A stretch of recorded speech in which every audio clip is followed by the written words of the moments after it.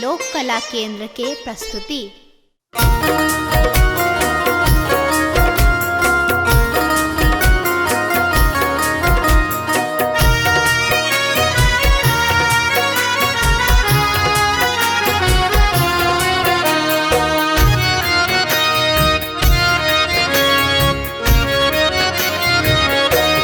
बाबा ने चलियो हमरो अपन नगरी, बाबा ने चलियो हमरो अपन नगरी।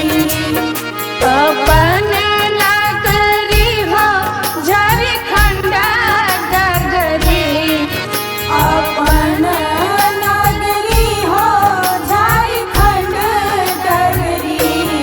बाबा ने चलियो हमरो अपन नगरी, बाबा ने चलियो हमरो अपन नगरी।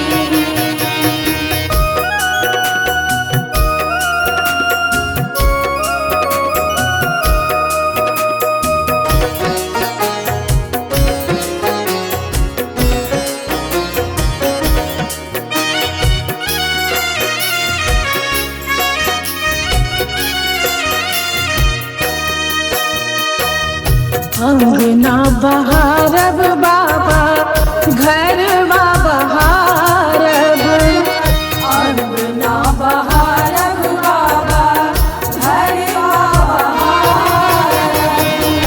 और बहारब वहाँ के देहरी बाबा, और बहारब वहाँ के देहरी।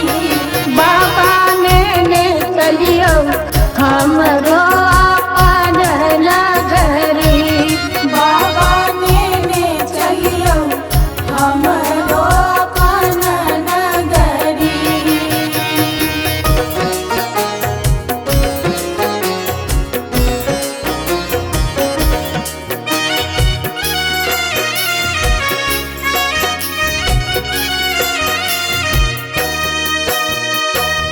वहाँ के नगर में बाबा गंगा नहायब, वहाँ के नगर में बाबा गंगा नहायब।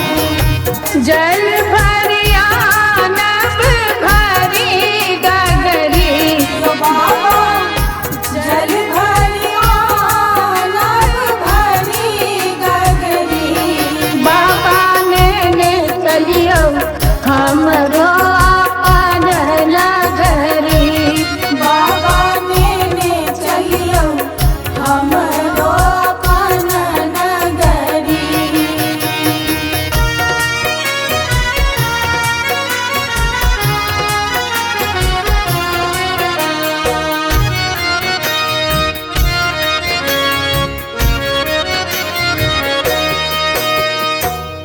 साँझ सवेरे बाबा झांकी निहार,